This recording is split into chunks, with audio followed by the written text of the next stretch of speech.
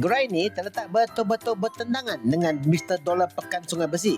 Dan sekarang generasi yang kedua. Kalau ikut sejarah, dah lebih kurang 50 tahun umur abang balik ini.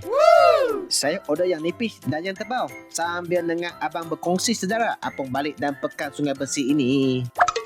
Ingat ini saja, tapi nampak pula ada pulut panggang. Abang kata kawan ni yang buat. Okey, terus layan dua.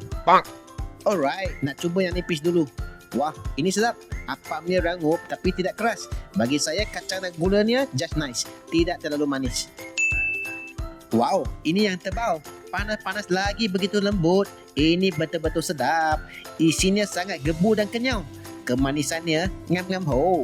Ini betul-betul apam balik rasa orang-orang lama. Pulut panggang gemuk-gemuk ini sangat sedap. Lembut dan isinya penuh. Rasanya ngam teka saya. Tak menyesal cuba. Bagi peminat apam balik, saya highly recommended gerai ini.